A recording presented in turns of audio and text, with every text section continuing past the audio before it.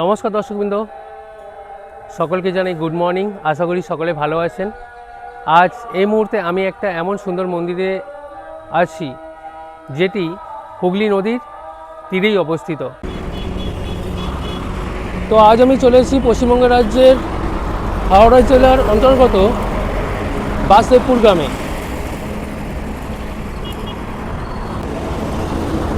এই মুহূর্তে আমি আছি কোনা হাই রোডের উপরে। ব্রিজের নিচে দিয়ে গেলে ঘুরে ওটা দিয়ে পাকুড়িয়ার কাছে বেরোনো যায়। পাকুড়িয়ার সালসার ধাম, তার সামনে দিয়ে রাস্তাটা ঘুরে আসে।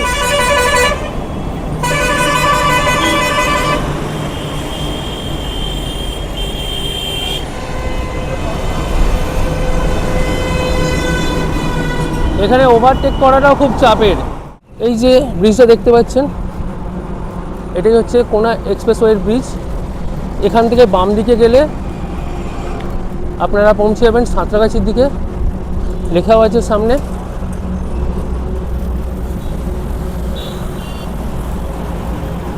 এখানেই আমাকে সাবধানে ওই দিকে যেতে হবে, দেখে যেতে হবে, কারণ পিছন থেকে গাড়ি আসছে।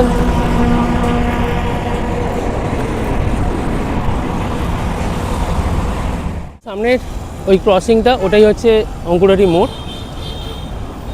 এখান থেকে আমি বাম দিকে যাব। তাড়াহুড়োর চক্করে আজকে টুপিটা আনতে ভুলে গেছি।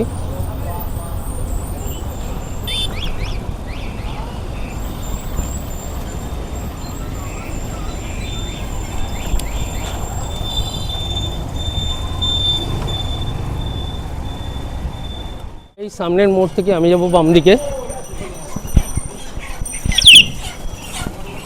ডান দিক দিয়েও আপনারা আন্দোল স্টেশনের দিকে যেতে পারেন।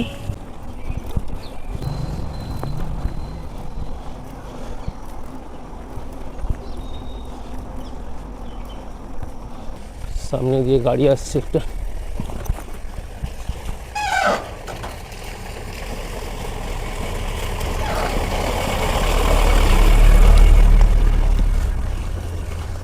ফাইনালি এই ভালো রাস্তাটা পাওয়া গেল।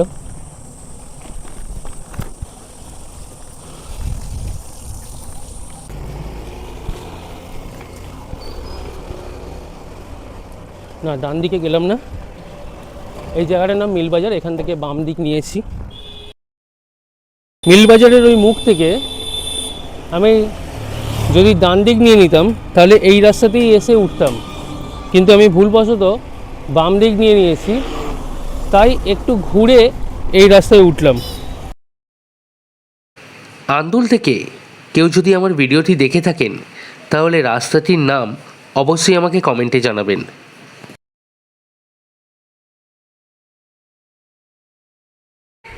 এটাই হচ্ছে আন্দুল স্টেশনের 1 নম্বর প্ল্যাটফর্মের দিকের টিকিট কাউন্টার। আর আমি এসেছি এই বাম দিকের রাস্তাটি ধরে।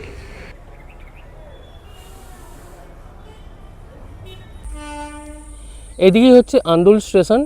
এই রাস্তা ধরেই আমি এসেছি এইদিকে। আর সামনের এই ক্রসিংটা ক্রস করে আমি ফুটে যাব।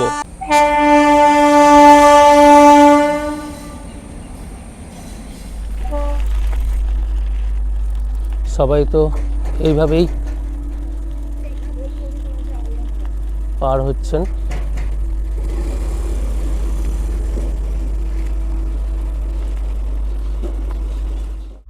চলুন, গেট খুলেছে, আমরা হয়ে যাব ক্রস।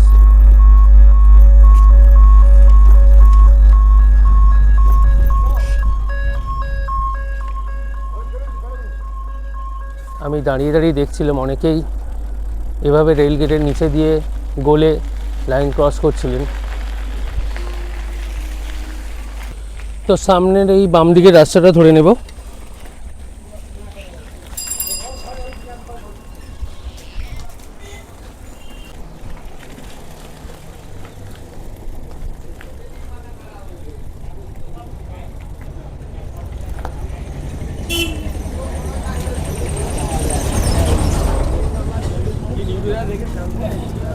এখান থেকে সোজাই দেখাচ্ছে, সোজাই যাব।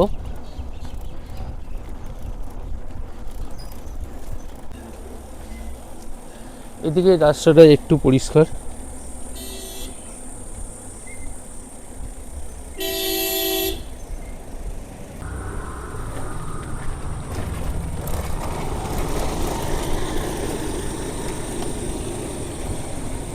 সামনের রোডটা ক্রস করে ওপারের দিকে চলে যাব।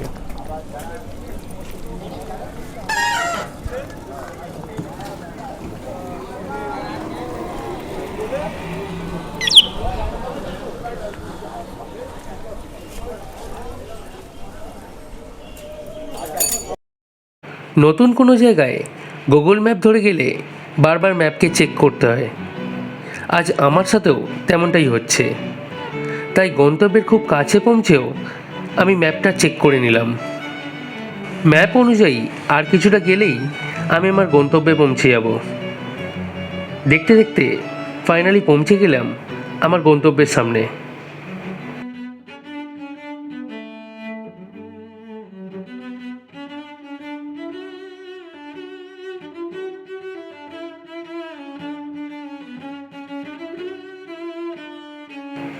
আজ আমি আপনাদের দর্শন করাবো হাওড়া জেলার বাসুদেবপুরের শ্রী শ্রী প্রতীকপাবনী শ্মশানেশ্বরী মন্দির, যেটি মূলত পাশে থাকা একটি শ্মশানকে ঘিরেই গড়ে উঠেছে। খুব শান্ত ও নিরিবিলি পরিবেশে গড়ে ওঠা এই সুন্দর মন্দিরেতে যদি আপনারা আসেন তাহলে অবশ্যই আপনাদের ভালো লাগবে। মন্দির চত্বরটি বেশ বড় এবং নানান গাছ দিয়ে সাজানো। মন্দির চত্বরটি এতটাই বড় যে এখানে অসংখ্য দর্শনার্থী আসলেও কোনো সমস্যা হবে না। চলুন আগে মাকে দর্শন করে নিই, তারপর বাকি জায়গাটা ঘুরে দেখব।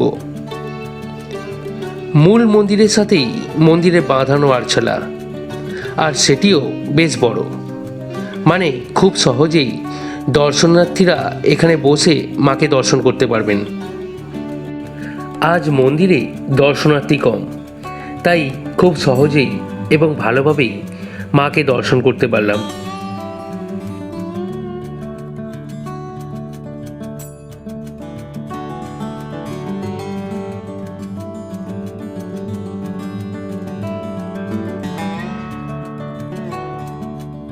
মায়ের মন্দিরের ঠিক পিছনেই আছে দেবাদিদেব মহাদেবের একটি ছোট্ট মন্দির।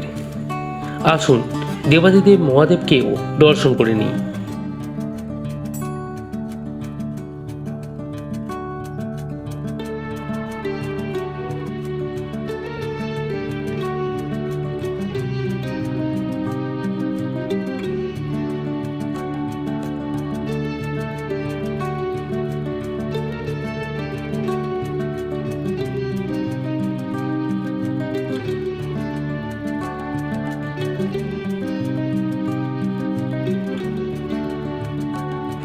দেবাদিদেব মহাদেবের মন্দিরে ঠিক বিপরীতেই আছে তারা মায়ের একটি ছোট্ট মন্দির, যেখানে মা তারা বিরাজ করছেন। আসুন মা তারাকেও দর্শন করে নিই।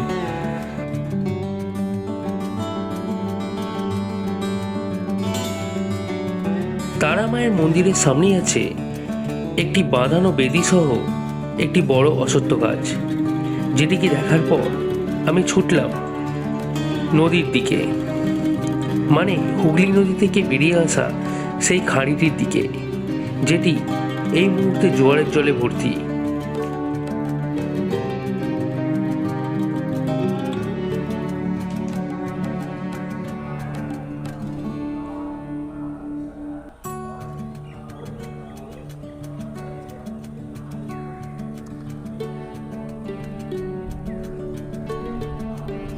অনেকেই এই আন্দুলে এসে আন্দুল থেকে দুইলা কালীবাড়ি দর্শন করে চলে যান, কিন্তু সেইখান থেকে খুব কাছেই মাত্র 2 থেকে 3 কিলোমিটার দূরেই আছে বাসুদেবপুরের শ্রী শ্রী প্রতীকপাবনী শ্মশানেশ্বরী মন্দির, যেখানে আপনারা আসলে আপনাদের সত্যিই খুব ভালো লাগবে। পাশ দিয়েই বয়ে চলেছে হুগলি নদী, তারই একটা খাঁড়ি আছে মন্দিরের পাশেই। বহু ভক্তগণ দর্শনার্থী তারা আসেন, মাকে দর্শন করেন, মায়ের পুজো দেন। শুধু এখানে মাই যে আছেন তা নয়, এছাড়াও তারা মা আছেন, দেবাদিদেব মহাদেব আছেন। মন্দিরের পাশেই আছে মন্দিরের অফিস, আর সেখানে লেখা আছে কিছু নিয়মাবলী ও ফোন নাম্বার। মন্দিরের নিয়ম অনুসারে এখানে ছবি বা ভিডিও করা নিষেধ, তাই এখানে যারা আসবেন তারা অবশ্যই পারমিশন নিয়ে ভিডিও বা ছবি তুলবেন। আমি তেমনটাই করেছি। এছাড়াও মন্দির সম্পর্কে কারো কিছু জানার থাকলে মন্দির কর্তৃপক্ষের কাছে ফোন করে তা জেনে নিতে পারেন। মন্দিরের আরেক পাশে আছে গৌরাজের একটি সুন্দর ছোট্ট মন্দির। আসুন গৌরাজকেও দর্শন করে নিই।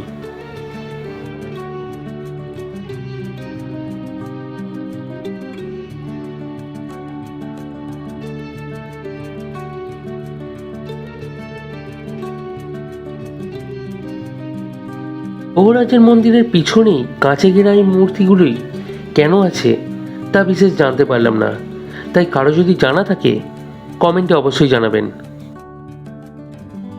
দেখতেই পাচ্ছেন মন্দিরটি ঠিক কতটা বড় ও কতটা সুন্দর। এই মন্দিরে আমি কিভাবে এসেছি তা আপনাদেরকে আমি দেখিয়েছি। আমি সেই রাস্তা ধরেই আবারও ফিরছি, তবে আপনারা কিভাবে আসবেন সেটা আপনাদেরকে ভালোভাবে বুঝিয়ে দিই, যাতে আপনাদের এই মন্দিরে আসতে কোনো রকম অসুবিধা না হয়। তো ফাইনালি সেই চেনা রাস্তায় পড়ে গেছি। এটা দিয়ে আমি এসেছিলাম, মানে আমি এটা দিয়েই বাসুদেবপুর গিয়েছিলাম। এই রাস্তাটা সোজা আপনাদের নিয়ে যাচ্ছে আন্দোল স্টেশনের টিকিট কাউন্টারের দিকে, আর এদিকেই পড়ে হচ্ছে 1 নম্বর প্ল্যাটফর্ম। তো এই দিকের এই 1 নম্বর প্ল্যাটফর্ম থেকে বেরোলে আপনারা দইলাগ্রামের কালী মন্দিরটি দর্শন করতে পারেন। আর যদি আপনারা ওদিকে বেরোন তাহলে আপনারা টোটো ধরে বাসুদেবপুর পৌঁছে যেতে পারবেন।